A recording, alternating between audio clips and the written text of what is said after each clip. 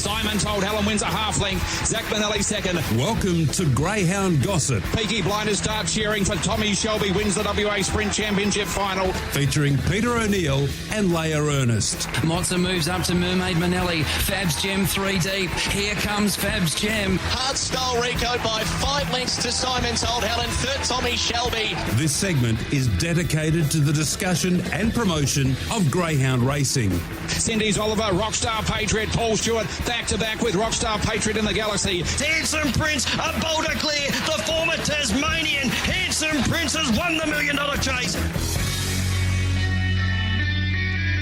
And a very good morning, everyone. Tuned into Greyhound Gossip, and a very good morning to you, Peter O'Neill. And good morning, Leigh. Good morning, everyone. Welcome along to Greyhound Gossip. Big weekend it was of greyhound racing. It was feature racing on both Friday night and Saturday night. Friday night, of course, we had the final of the Dawesville Cup and a brilliant win by Forge Manelli, holding up from the inside draw for Morgan Turner. This greyhound's really building a nice career behind him. He's now won 7 of 21. He's taken his stake earnings in excess of $33,000 in stake money, and he defeated a really game Mick Flash, who came from a long way back to run second, and Blockchain filling the placing. Yes, congratulations to Morgan and Karis. Of course, their second feature win now. And then on Saturday, Pete, we had the dart final, and we'll be chatting to Brad Cook a little bit later on about Henry Keeping. Yeah, very good win by Henry Keeping, and we will speak with Brad, but this greyhound has taken all before him in recent weeks. Of course, he was beaten first up at Northam and then put 9 wins together, beaten at Cannington when he returned in a heat behind Payakaroon, but the other night he jumped well from an inside draw and there was no catching him. Even though the time wasn't, he can go quicker than that. He has gone 15.93, went 16.01. It still was a very, very good win indeed. But all eyes on Saturday night, of course. We're across at Sandown for the world's greatest race. It's called the Melbourne Cup. Even line, speed in the centre from Fernando Mick, courses wide. Plaintiff's got a paddock to drive through underneath it. They get clear on Paddy Watts, Pats and Titan Blazer. Behind them was Yachi Vale. On the inside was El Dorado. Clear then of Zippy Tesla. Vice Grip second last. Paddy Watts, Pats last. Plaintiff took the lead off the back from Fernando Mick. Behind them was Titan Blazer. Running on was Yachi Vale. Plaintiff in front. Fernando Mick's coming again. Flying Yachi Vale. Yachi Vale. Yachi Vale over the top has won the Melbourne Cup. What a run and what a win. And Lisa Delbridge would be a very, very happy lady, along with her husband, Mark, trained this greyhound. He's only a young pup, and he has now won the Melbourne Cup. And Lisa joins us online this morning. Lisa, congratulations. What a night it was for you and the family on Saturday. Oh, it was unbelievable. Have you come down from Cloud 9 yet? No, not really. Every time I hear the race call, I often watch the replay. The heart still keeps pumping. So, it's a good feeling. It was a remarkable run. He came from so far back, but we know that he's got some staying ability in him. He's only a young pup, and how long did it take him to win his maiden? How many starts? I couldn't tell you. Well, he's only had 21 starts, I think. So maybe 1 or 2 starts, maybe. I think it was it at Warragul that he won? Yes, I reckon it was. And it was Warragul. Only around about 3 months ago. And there were plans, from what I've read online, that you and Mark were thinking maybe to bypass the Melbourne Cup because you had other plans, including the Sale Cup later in the year. Yes, that's right. I think because they were so young and they were, only a handful of starts, and like Brendan said to Mark, just whack him in. If he's capable of winning at Sandown, and in the end it worked out perfect. He is a greyhound that, as I mentioned, is only young. He's just turned 2 years of age. I think he's 26 months old at the moment. To be able to win a Melbourne Cup so young, and now the world's his oyster, isn't it? You've got the Silver Chief coming up and the running of the Sale Cup. Are they his next 2 aims? Yeah, they are. Yeah, we go Silver Chief. Well, I think the Silver Chief is Saturday, and then head down to sail up over the 650 and see how he goes there. Lisa, as Pete mentioned, he's had a really good start to his career. 22 starts overall. To win a Group 1 within 5 months of his racing career is massive. Was he showing strong ability as a pup? When we get them from wheelers when they've been broken in, like Brendan does the work at home, and we put them through their paces. But he wasn't a standout when we first got them. Like, we had Landon Bar, which is another dog out of another litter. He ran your 18-20 first look at the Meadows over box to box, which is the second split over the 500. And by memory, I reckon this dog ran about 1870s, 1880s to the second split. So to come from where he has to now, you can just see the maturity and the growth that they have. So, but yeah, at the start he was nothing that we thought that would go on to 22 starts later and have won a Melbourne Cup. That's for sure. And his form, he's had 22. He's been unplaced twice in those 22 starts, so he's had 20 placings or 21 placings altogether. So yeah. Yeah, it's incredible. And, he's hit over the $700,000 in prize money. And at the start, as you mentioned, he took him about 6 runs until he won at Warragul. He raced at Geelong, Warrnambool, at the Meadows. Was there a shift once he'd won that first race? Yeah, I don't know. It was his first couple of starts, he was not green, but he lacked pace. So he had to sort of manoeuvre through the fields to get in position. I don't know whether since he turned getting older over 2, they just mature a bit. But you can see in his last 3 starts, his maturity is huge, and he's actually coming out of the boxes a little bit better. We didn't on Saturday night, but it was in his advantage that he didn't. But I think he's just putting it all together, realising what racing is about, and it's good. Lisa, tell us where you're based over here in Western Australia. Tell us whereabouts you're based. How far are you away from Sandown? We're based at Ballyangs, which is down near Geelong, between sort of Geelong and on the way to Ballarat. We're pretty central. Sandown for us is an hour and 20 minutes on a good day. Bad day on a Thursday afternoon could take anywhere up to 2.5 hours to get there. But Meadows is 55 minutes, Geelong's 20 minutes, Ballarat 50 minutes. So we're pretty well sort of central to all tracks. The furthest track away is Sale, which is 3 hours and 20 minutes. Horsham's 3 hours and 15. So they're our 2 main furthest distance away from us. This was the first time that I think that you've had a runner in the Melbourne Cup for you and Mark. What's it mean to you? And also, I follow Miles on social media, and he loves his greyhound, so he must have been rapt to be able to enjoy that with you. Yeah, I mean, we've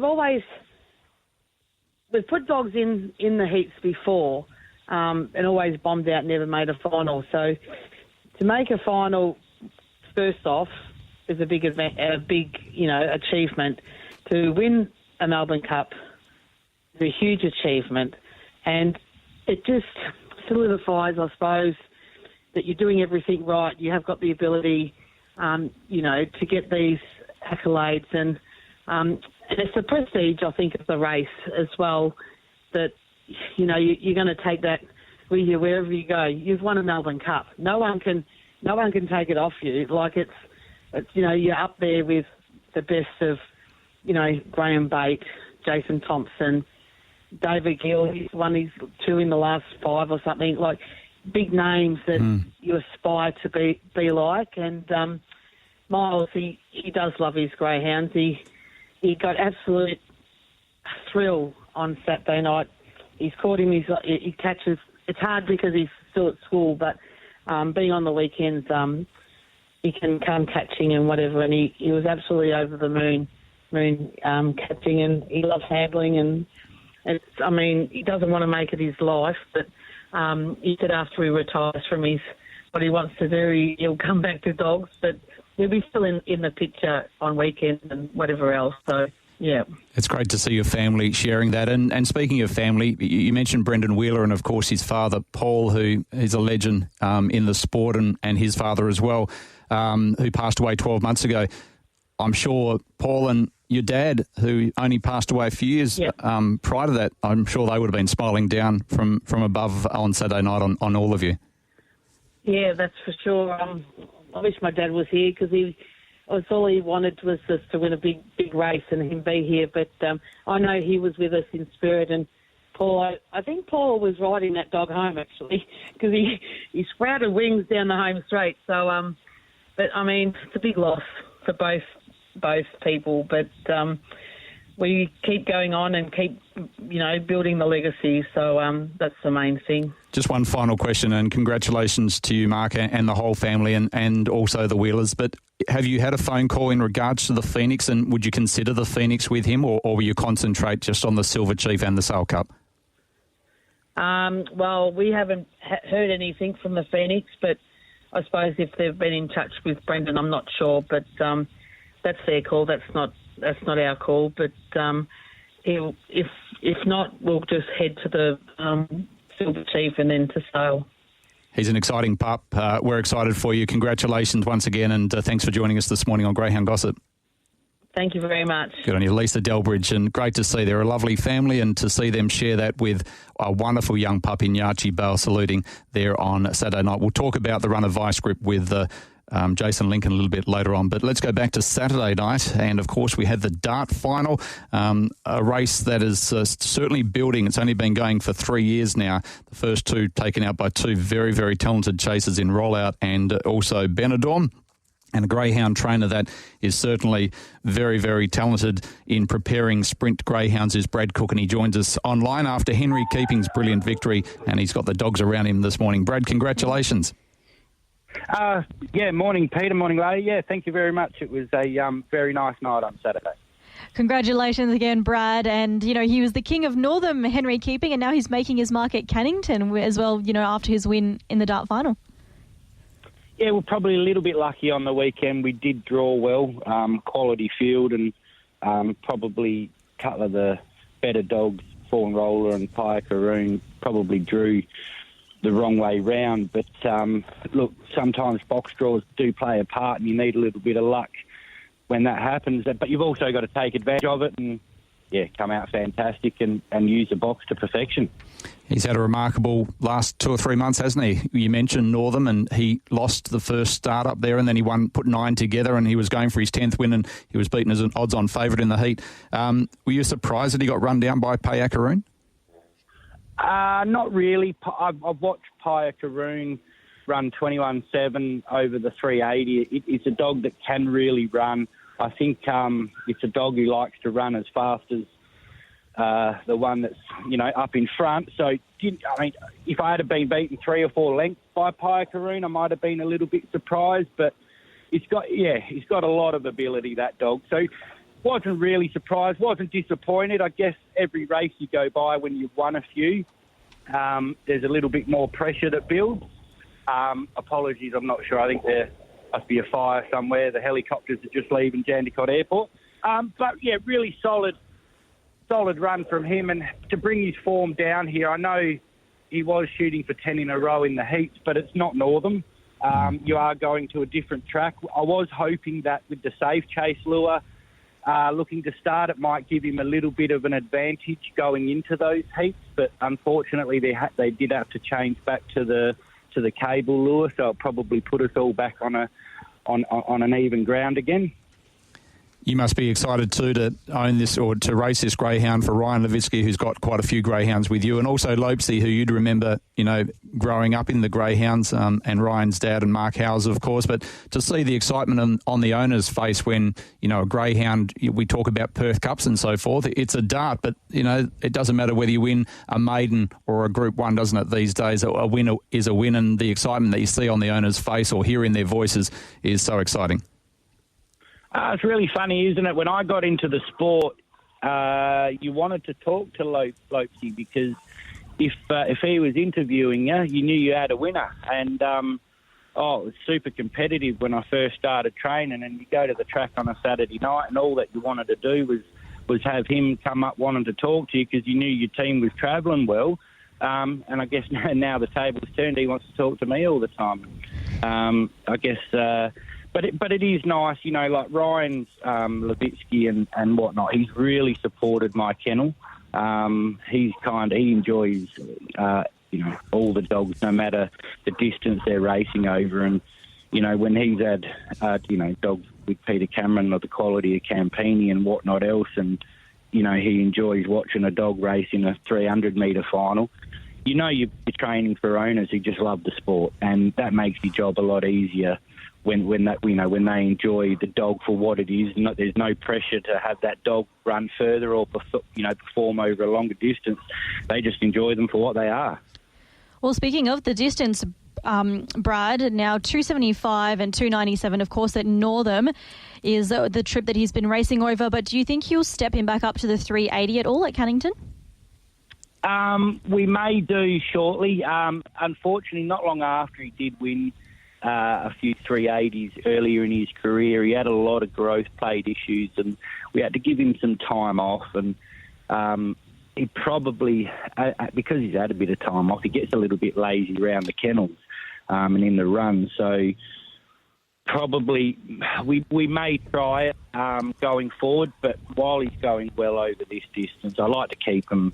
When they're going well over a certain, I'll just leave them there, and then if his form goes off a bit, we may try to go a little bit further. But for now, I think we'll stay on over the 275. We had to actually have a little conversation with the owners last night, because I think when Key Moment winning, the owner combination had him, Henry and Moustache all in free-to-all, and I said, look, I don't really like having three going around in the free-to-all every week, so one of them has to go to Mandurah. So luckily Henry gets to stay at Cannington, and one of the others will go to Mandurah now. As long as I get to call the good ones. Brad, Moustache is going around today. You had two winners yesterday. Can Moustache win today? Oh, big call. He's in a free-to-all. He's not the same dog he used to be, unfortunately. But the way he's jumping, 540 last week, there's no reason if he jumps like that, well, they've got to run him down. So if there's any trouble behind him, he can pinch it, but I wouldn't be putting my last $10 on him, no. And what's your best then today? Probably Westdale Dave. I thought he might draw box one. I think he's in race 3. He's drawn the red. There's a good dog, Little Bodie, in race, but with the box draw, I'm confident we can push up underneath him, and 4-5 to 1. He's my bet for the day. Good on you. Well done, Brad, on winning the dart with Henry Keeping. Good luck today, and thanks for joining us.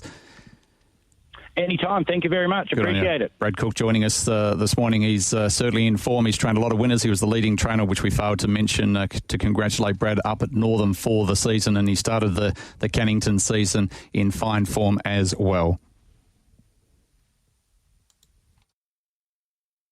Tapped the leader, trying to get it, was Corder on the outside, Corbon Magic, then Golden. All right, we're about to go to Jason Lincoln, who is about to join us, and when Jason puts in a request, we always make sure that we do what the great man says.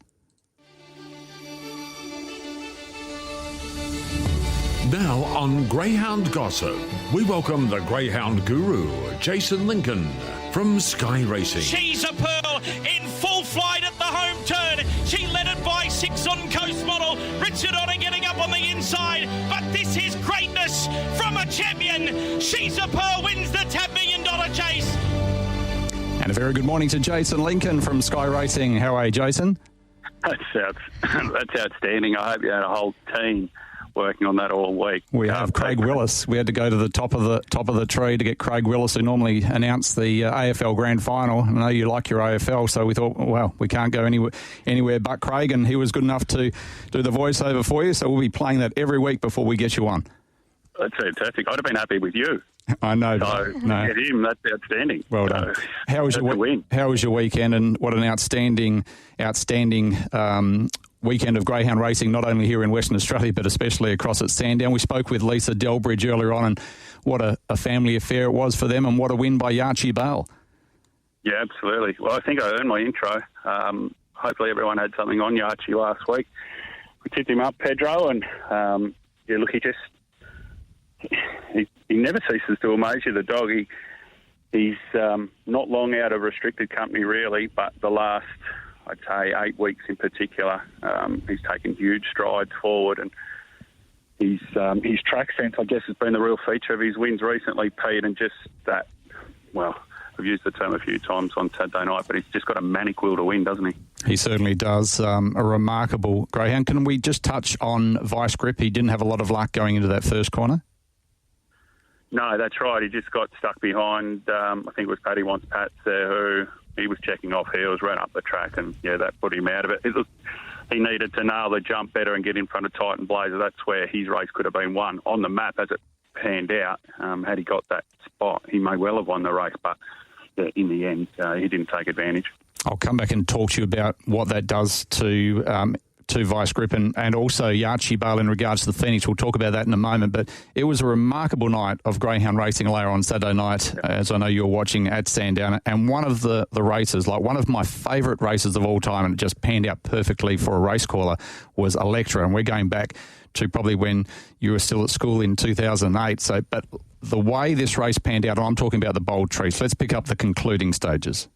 Straight, still untapped the leader. Trying to get it was Corder. On the outside, Corborn Magic. Then Golden Quest. Untapped into the straight. Out deep, Corborn Magic. Charging Stagger Out Lee. Wow! Stagger Out Lee's come from last at one. Yeah, what a run. I was watching the replay again later in the night, Jason, and I was showing someone, I said, watch number one. And they said, well, it can't win. And I said, watch number one, because halfway down it was last going past the judge. It was still last going out of the back straight. And it is just I know a few runs have come its way, but to do what he did and the description of our race caller, Dan, was outstanding, but a brilliant win by Stagger Out Lee. Well, no more fitting performance given the race's name, Pete. Bold Trees made that an art form, didn't he? Of course, you being a West Australian, you compared it to Electra, but that's a standard for you. But, yeah, a phenomenal performance and a phenomenal training effort. Look, just one thing about her quickly before I get on to the trainer. Go back and watch her, or even just look at her form, have a look at her early 700-metre starts. She was a leader, Pete. Yeah. She's completely changed her racing pattern. And, young Jack Strutt, 24 years of age, Pete, on a night like that, to nail a Group 1 in that sort of manner, I'd imagine, I don't know what sort of a guy he is, but if it was me, I'd still be on the turf. Tell us about Jack Strutt. He comes from Wagga. Yeah, that's right. A bloke who's qualified to do a lot more in life than greyhound training, but he did some work with the Grenfells, obviously fell in love with the dogs, Pete, and he's there in Wagga. The dog, again, you go back and look at his career, Stagger Out Lee has pretty much had to go back and forth between Melbourne and Sydney, given his sort of equidistance between both tracks. I guess that does give him some advantage in a lot of respects, but yeah, he's a dog who, again, it's a real sense of timing, much like Yachi Bale. Probably before last week, I couldn't tell you off the top of my head what he was pre-post to win the series Stagger Out Lee, but I would have thought he'd have to have at least have been a 50-1 chance. But look, we've been saying it for a while, haven't we, Pete? Not to denigrate that win, but the stayers, they're just taking it in turns at the moment. I don't think we've had a repeat winner of a feature race in a long while. We might see one with him because he's now won his last 4 in a row. I don't know how high you think he can go, but that was remarkable staying performance to be able to do that, to be able to come from so far back. Yeah, look, the manner of the win's unreal. Don't get me wrong. If I was to bore you with, the facts and figures, I'd say it wasn't the strongest Bold Trees that we've ever seen. And again, like I said, the forms of that nature at the moment with the staying ranks, that there's every likelihood if you run that race a few more times, you get completely different results. All right. I want to pick you up because I always pat you on the back because you are the best judge in the business, but I want to pick you up because I couldn't believe what I was hearing prior to the match race on Saturday at Sandown when Wow She's Fast, you've tipped Amron Boy, so everyone's just jumped and crunched the price in Amron Boy, and Wow She's Fast has got out to $2.60. Remarkable for a greyhound that's won $1.3 million. Before you discuss the race, let's go back and listen to the replay.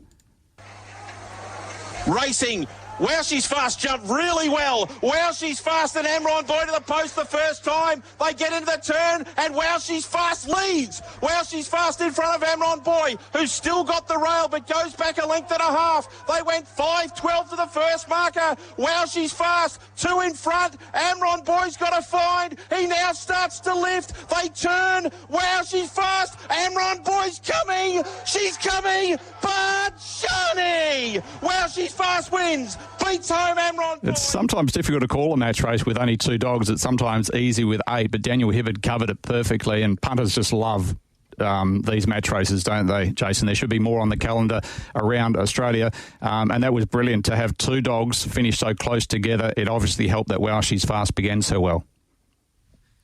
Yeah, absolutely. Absolute cracker. That's, when you put a match race on of that sort of calibre on a night like that, I guess that's the result you're trying to script, isn't it? Virtually a dead heat. And,